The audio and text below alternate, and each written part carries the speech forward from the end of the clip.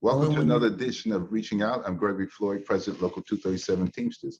With us, joining us once again, is our senior senator and Senate leader, Senator Charles Schumer. Welcome back. Greg, it's always good to be back. And yes, I am the majority leader, the first ever from New York. What do you think of that? I'm very proud of you. I But a think minute that's ago, before we went on the air, we were talking. I said to Greg, folks, I said, I'll bet he's a Mets fan. I could just tell, and I knew he was raised in Queens. And then he asked me you who I did say was. that. Yes. And I said, I'm a Yankee fan because there were no Mets when I was a little boy. The only teams in town were the Dodgers had left when I was 5. We used to say in Brooklyn, the 3 most evil men of the 20th century were Hitler, Stalin, and O'Malley. And the Mets didn't come in until I was 12. So there was no Mets. And that was that. So I'm a Yankee fan and I'm loyal. So I've been loyal the whole way through. Well, I certainly understand why you are a Yankee fan. My father was a devoted Giant fan, New York Giants. He loved the Polo Grounds. He loved Willie Mays, that Monty Irving, that entire team. Yes. So I understand. I just never understood why he was rooting for the Giants when I was rooting for the Mets. But then he explained to me that he was listening to the home run Bobby Thompson hit. The radio was on top of the refrigerator, and he was on top of the refrigerator when he heard the home run. And he said by the time Bobby Thompson touched home plate, he was on the floor underneath the refrigerator. Well, Greg, if there's a Subway series, you and I will go together, and you'll wear your Mets shirt, and I'll wear my Yankees shirt, and we'll see who wins. That sounds like a plan. You got it. Looking forward to it. So the last time you joined us, we discussed the COVID relief package, which came through. And we were just discussing getting back on track after COVID. So now that you're here, we want to begin the discussion with the awful pain felt across communities in our nation almost daily due to gun violence. Yes. I know that you did something, you and your colleagues did something about it, but we know it wasn't enough, but it was a step in the right direction. And since then, we had another shooting after 4th of July. So we want to discuss that. Okay, well, first, I'm passionate about this. People may not know this. As you know, Greg, I was in the House for 18 years before I got to the Senate and beat D'Amato in 98. And I was the author of the Brady Law, the background checks law. I was the author in the House of the assault weapons ban. They both passed. And it's one of the things I'm proudest I've done, because there are literally tens of thousands of people walking the streets. The Brady Law is still in effect. The assault weapons ban, when we passed it, we didn't have enough votes. So we went to people and said, please vote for it. They said, I'll vote for it if you put a 10-year sunset. We thought we could renew it after 10 years, but then George Bush got in. We didn't think he would be in, and he was not for it. So it went away. But gun violence, these guns that are on our streets are killing our kids. Sometimes they're in mass shootings, and those are awful. Sometimes it's just on street corners, but you know, the pain of a family, whether their kid is shot on a street corner or at a mass shooting, is no different. They have lost their child, one of the worst things that could befall anybody. So let me say a few things about this. First, I was up in Buffalo 2 days after. I saw a little boy, 3 years old. His mom told me the story, and he sort of chimed in. It was his birthday. His dad said, I'm just going to run over to the top supermarket, son, and buy you a birthday cake. He never saw his father again. The man was shot by a white supremacist. The only reason he was shot, he was a black man in a supermarket, and the pain in that community was enormous. And I had a particular link, Greg, to that community, because years before, actually, one of your fellow union members at the UFCW, Top Supermarkets was going to be taken over by an anti-union company called Price Chopper. And I helped stop it and got Tops to win. So the head of Tops, Mr. Nanula, calls me up once Tops took over the Price Chopper instead of the other way. And he said, what can I do for you? You did so much for us. And they stayed union. The whole time they stayed union, which I loved. And I said, why don't you build a supermarket on the east side of Buffalo? It's a food desert. These poor folks are paying through the nose for, you know, bread and milk and eggs and the kind of commodities that shouldn't cost you that much. And he built it. I didn't know it would become a community center, but so I had a particular link.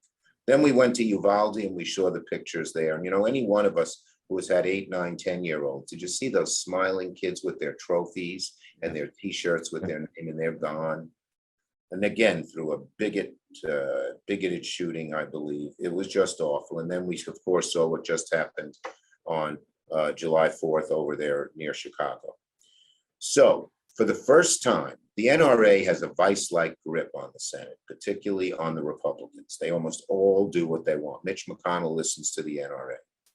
But there was such a, you know, and by the way, the NRA has called me public enemy #1 several times. It's something I'm proud of because I fight them tooth and nail. But all of a sudden, all of the pain of this shootings said, maybe we can get something done. And Chris Murphy, a senator from Connecticut, who came from Sandy Hook, where all those children were shot in 2013, those 5, 6, 7-year-olds, oh, breaks your heart. He said, I think I might be able to persuade some Republicans. I said, I will encourage you to do it. Some of our people wanted to just say, put the bill on the floor and let's see if they vote yes or no. You know, the whole background check. Yeah, right. But a lot of the gun groups came to us. Chris and I talked and said, we're tired of just putting the bill on the floor, showing who's right and showing who's wrong. We need to get something done, even if you have to compromise. So we spent about 2 weeks and we passed a bill. That's a good bill. I mean, it's not everything we want. I want universal background checks. I want an assault weapons ban. I want a lot more. But it did say that they're going to do that any 18-year-old, because in both Uvalde and in Buffalo, the kids just turned 18 and bought the gun. In the Chicago, I think he was less than 21 when he bought these guns. And they're going to say they have to check with the local police and the school authorities and the FBI before they get him a gun to see if there's any trouble, because each of these kids had trouble.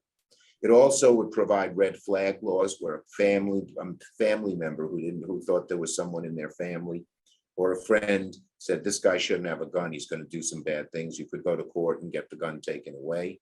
And it did more for straw purchases and for background checks. So is it everything we wanted? No. Is it the first time we've broken the grip of the NRA? They opposed the bill, of course, and got something done, yes. But we got to keep going, and we're going to keep going. I'm not going to rest till all these damn guns are off our streets. They're killing our kids. And I'm sure, unfortunately, after the July 4th incident, you picked up more support for what you did, and Absolutely. More support to go further. Absolutely. Yes. Yeah, it just breaks my heart to hear that ordinary citizens, kids, have high-powered weapons that outgun our law enforcement. It's outrageous. It doesn't make any sense. Horrible. It doesn't make any sense. Oh.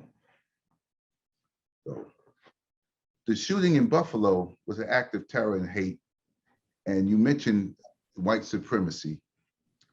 What is being done to combat the rise? Well, here we don't have here we don't have the Republicans going along with us. So we had a bill sent up by Senator Durbin from Illinois. He's head of our Judiciary Committee. It was an anti-white supremacy bill. It got every Democratic vote and the Republicans wouldn't let it get done.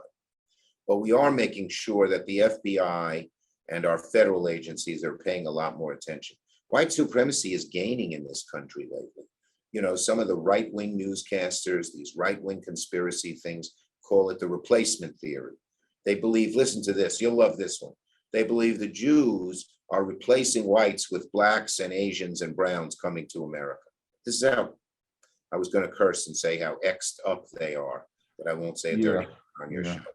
But the crazy theories, but these people are doing bad things.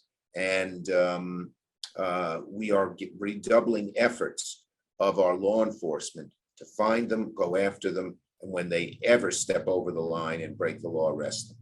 And so I think you're going to see some real action there. They just arrested a guy who was within, he was bragging, he was within, he's a white supremacist. He was within 20 feet of me on January 6th. And he said I was trying to get him, but he couldn't get me. I had a police officer with me and we went the other way. Yeah, I heard that, and I heard him talking about it. He didn't know he was convicting himself when he said, yeah, he was. yeah. These guys are such horrible people. Yeah. Horrible So people. Christopher Wray testified, I believe it was last year, at the in front of Congress, and he was asked about the greatest threat, and he said white supremacy. And I paid attention to him then. It was before the January 6th. So it could have been, yeah, it was prior to January 6th, the insurrection. And he mentioned that, and I paid attention to him. Yeah, Because, well, we got to pass this Domestic Terrorism Act, Greg. yeah. It's called the Domestic Terrorism Prevention Act. And it addresses the terrorism that the conspiracy theorists have. And as I said, not one Republican would vote for it. They say they want to lift these, they say they wanted to lift these communities up, but didn't lift a finger to pass legislation that would give government more tools to go after these people. And it's a real danger in America. I say this, you know, people have bad instincts. None of us are 100% pure, you know. But in the past, the leaders of our country, Democrats and Republicans, would always push down people's racism and bad instincts and stuff like that, you know. And of course, you know, Democratic presidents like Obama and Biden and Clinton did it, but so did Reagan and Bush. Yes, they did. Yes, Trump was the first guy when there was these ugly feelings in people, bigoted feelings, racist feelings, white supremacist feelings, that he never pushed it down. On the best days, he wouldn't say anything negative. And on the worst days, he'd almost lift it up. Yeah. Well, here's something. You mentioned the replacement theory. Donald's mother came from Europe. Yep. My parents, my grandparents, my great-grandparents, my great-great-grandparents, their parents were all born here. That's right. We were here when the country started. We trace our roots back to the 1700s. So when they say, go back to where you came from, we've only known at that time it was America. You tell Then it was the United States. Yes. We were here when the 13 colonies started. We go way back.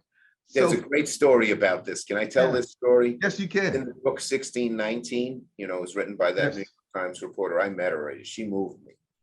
So she said her father was brought up in the Mississippi Delta, one of the most racist places in America, but he enlisted in World War II. And, you know, he was in an all-black unit, but he fought well. He came back, he said, I'm not going back to Mississippi. And he settled in Waterloo, Iowa. And every holiday, he'd lift up the American flag on his front lawn, okay, her father. She said she couldn't understand that. Here they were in a town. They couldn't live where they wanted to live because they were black. He was a bus driver, which wasn't paid well. It was non-unionized because he couldn't get a job, even though he was a very smart, skilled man. So why the heck, she said to herself, would her dad raise the American flag on each of the American holidays? In 8th grade, she was asked by the teacher in her class to draw a flag of the country where her parents came from, okay, where her ancestors came from, and write a little bit about them. Well, when class was over, that was their homework. She conferred with the only other black kid in the class, another black girl.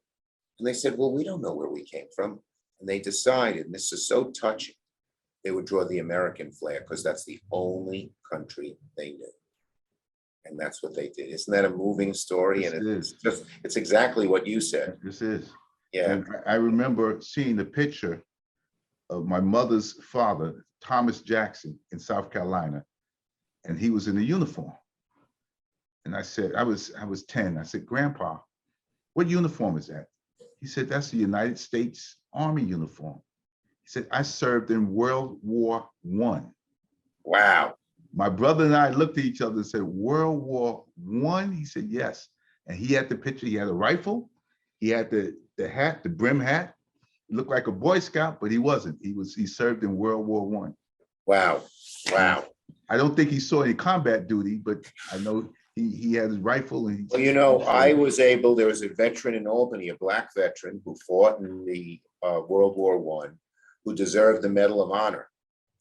And he wasn't given it because he was black.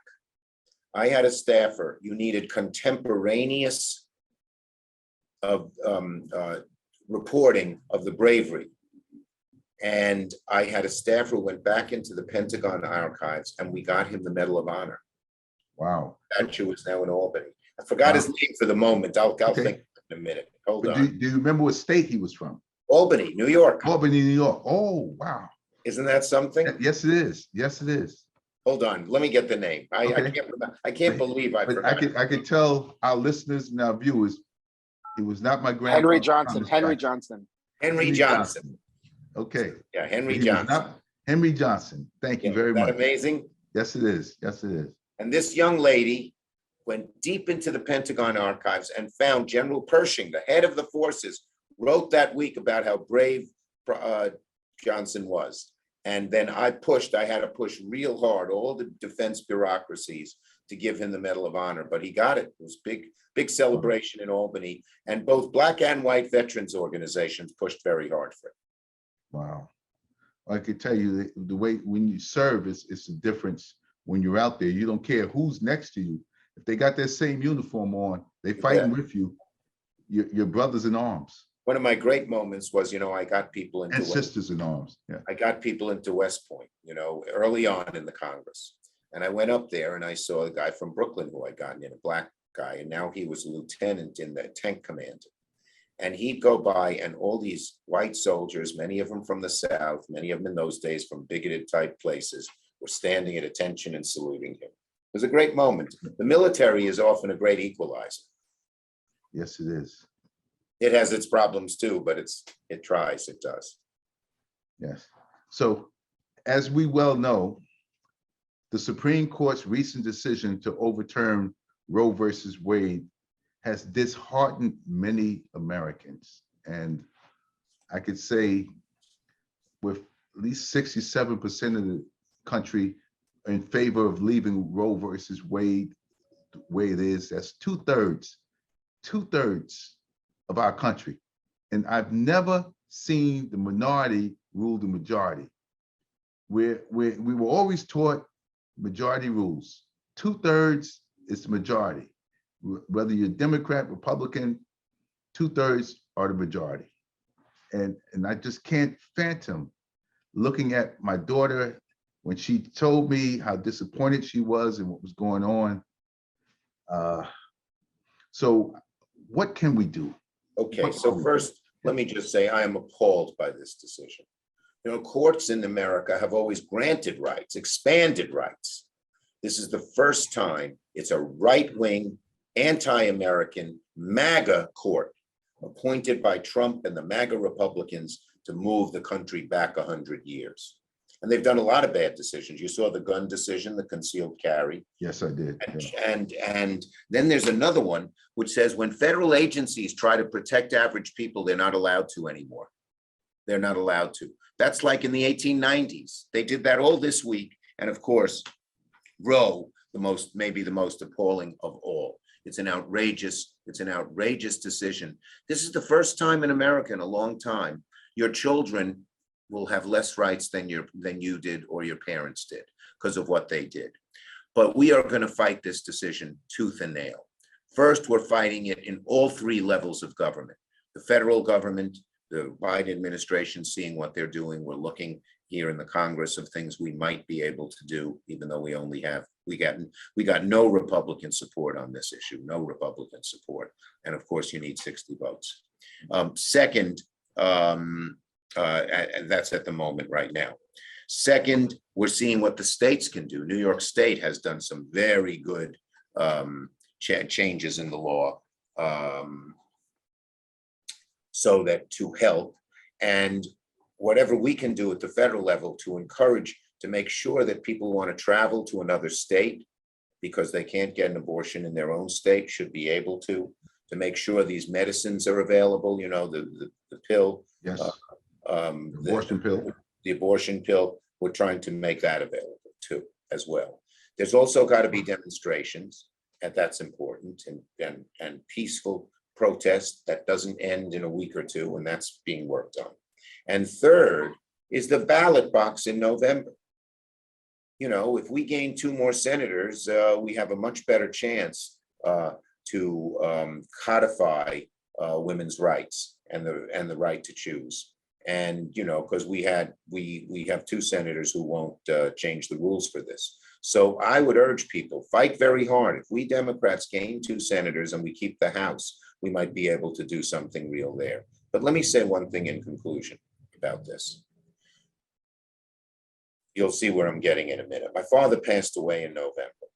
He was 90, he'd been 99 on D-Day. He was a not on D-Day, on a Flag Day. He was a World War II vet.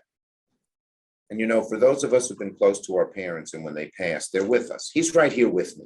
And he taught me 2 things, Greg. Number 1, always try to help people who need help. That's the most noble thing you can do, to reach out a lending hand, help people. And second, he taught me that if you're doing the right thing and you don't give up and you persist, God will reward you and you will succeed. That has motivated me my whole life. I believe in this issue. If we don't give up and we try all the different routes that I've been talking about, we will succeed. So I urge people not to throw up their hands in despair, but there are a variety of things you can do, whether it's working for candidates, whether it's protesting, whether it's talking to your local, state, and federal legislators. Get out and do it. We will win this fight. We cannot have America regress. Now, you mentioned something about the federal government can't protect ordinary citizens, and you said it just happened. Tell us about that, because that's really under the radar. In the past, the Congress would say, this was on air pollution, to protect you from breathing in poison air or whatever, we're going to let the EPA set up rules. This court decision, this right-wing, anti-American, MAGA Republican court said, no, the agencies can't make rules anymore. Congress has to. But we all know that Congress is paralyzed much of the time. Yeah. And this ruling could extend not only to air pollution and water pollution, which it was directly on, but like when the FDA protects you against quack medicines, when the CDC protects you against disease, when the labor and everything else, our NLRB and our boards protect you from being taken advantage of as a worker. All of these things could go away. This is serious stuff. This court is awful. But I'm telling you, I have never seen, and I'm going to have to go and conclude on this at 4:30. I have never seen more people energized. We Democrats are working hard to pick up seats in the Senate. As I said, if we pick up 2 seats, a lot can change, as you can see by where we are. And I have never seen people more energized. Right now, if the election were held today, we're in good shape, much better shape than people think. The House not quite as good as us, but please work across the country.